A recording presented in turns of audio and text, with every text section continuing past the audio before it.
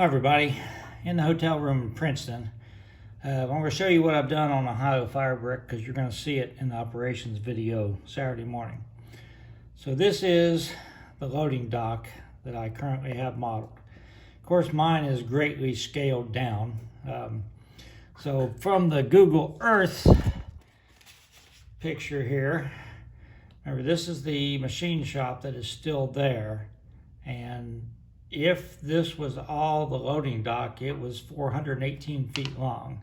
The picture that I just showed you, of course, now I don't know if these are 40-foot boxcars or 50-foot boxcars.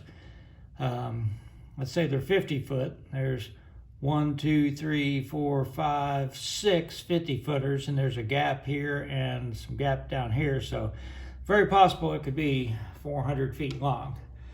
Now the kiln back behind it, and the building back behind that, where they basically mixed the clay and everything, formed the bricks before they put it into the kiln, that's all gone.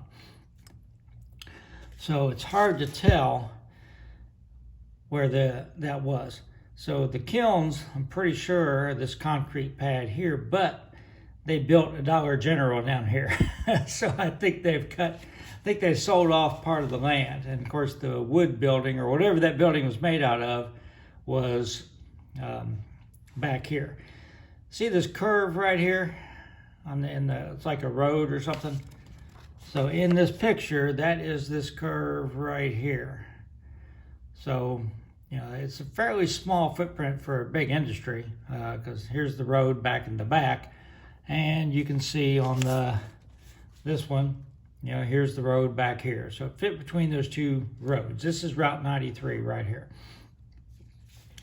So I have, the only pictures I have of the kilns are basically this one, which is black and white, and this end view right here, which is also black and white. And I haven't had any luck in getting any more information as to what color they were.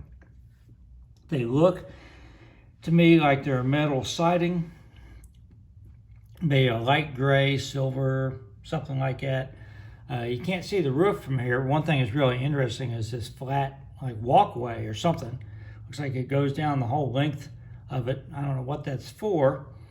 When you get down to the other end, see the building is sort of low, goes up, and I guessed about 4 feet.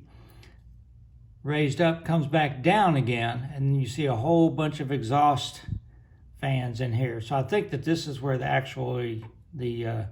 it was fired. The bricks were fired in there, the kiln part.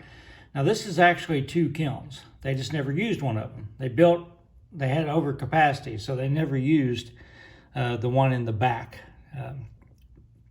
So again, I'm not an expert on brick making, but I think that back here was where they mixed the clay, put it in the molds. It basically would, this was an automated because of a tunnel kiln. So basically it moved on like a conveyor, very slow moving conveyor. And it might've started and stopped. But I believe the bricks were fired down here, and this was probably a cooling area here, and then they're unloaded down here. There's a gap right here where probably they unloaded the bricks and took them over to the dock. And you can see there's all kinds of bricks there, and there's tons of crap, bags, supplies, all kinds of stuff in here. But I don't really have any good pictures of this to model by, so a lot of it's just going to be my artistic impression. Anyhow, a couple interesting things. So this building, I didn't have enough depth in my layout. So I modeled this pretty faithfully. I did make it narrower because I had to. I made this, only modeled one of the kilns, one you can see in the front. Now these dark spots, as far as I can tell, the guy I talked to said they were like, my parents used to have like a fiberglass roof on their deck or patio, and so let light in. So these were like, it wasn't like openings to completely outside, but sort of like skylights in a way. These dark panels, and it's very similar to the brickyard that I filmed in Jackson, which is now Aluchem. So I'll put a picture of that in here and talk about it here, because it was owned by the same company. The Davis family owned Ohio Firebrick, and they built both of these. So very possible it's the same type of construction. But I'll show you, remind you of what that looks like. So I modeled one of them, but I still did not have enough room in the back to make this as big as I would have liked. Basically, you'll see in my model, it's not as tall as I would have liked, because if I would have had get this up to the right height, I would have had to make this roof very, very steep, like an A-frame. And so I chose to make it more the right angle, but it doesn't make this cupola, or whatever you want to call that, as high as I would like. Another interesting thing is here, you can hardly see it, but there's actually another like dormer or something down here on it. So it's pretty fascinating stuff. And there's a little building, a little shed attached to the end, which I haven't made yet. And that, as far as I can tell, was brick with a flat roof on it. So anyhow, I'll show you what I've got, what I've been able to do. And we can talk about yeah, but first I'll show you that place in Jackson and tell you why I think what I do. Okay, this is the Aluchem building that I showed you in a video a few weeks ago on my road trip. So it was built by the same family or company that built the brickyard in Oak Hill, and about the same time. And this was, like I said, a brickyard. So you can see these panels, very, very similar appearance to the one in Oak Hill.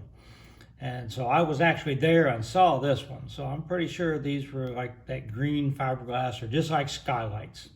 Of course, now this hasn't been a brickyard in a long time. This Aluchem bought it, probably gutted it. You know, if this was a kiln, they gutted it, and they do other kind of stuff there now, which I'm not really sure. They make chemicals to use in the steel making industry. They process clay and stuff like that, but I'm not really sure exactly what they do. This isn't the only factory they have. But that's why I chose on my model to model those as a green, you know, sort of fiberglass type material. Well, here's my model. It's 13 inches long.